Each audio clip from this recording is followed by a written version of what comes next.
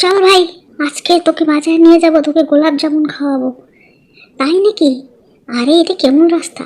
তাহলে আপনি পিছনে চলেন, আমি আগে যাই। আরে চাকর হয়ে তুই আমার আগে যাবি, মালিকের আগে? এটা সম্ভব না। আরে এটা কেমন, আমার পাটা কেমন করতেছে, জলগুলা কেমন। আরে এটা বাঙালের এর নদীর জল, এটা খারা পানি না, নলের জল না। এখন কিভাবে পার হবো? এই দেখ, এইভাবে আয় আমার পিছনে পিছনে। তাহলে মালিক আমি আগে যাই, দেখুন একটু। না না না, এটা লোকে কি বলবে, আমি আগে যাব।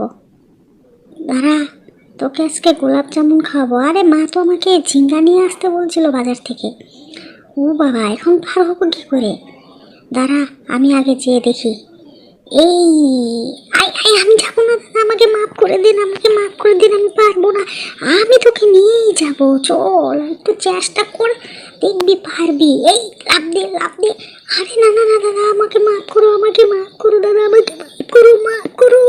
ওরে বাবা রে, পড়ে মরে যাবো ওই জলের মধ্যে পড়ে গেলে, আর আমি বাঁচবো না, এই ঠান্ডার মধ্যে আর বাঁচবো না। এই দেখ, আমার সঙ্গে আসলে সব চেষ্টা করবো, তোকে আমি গোলাপ জামুন খাওয়াবোই আজকে।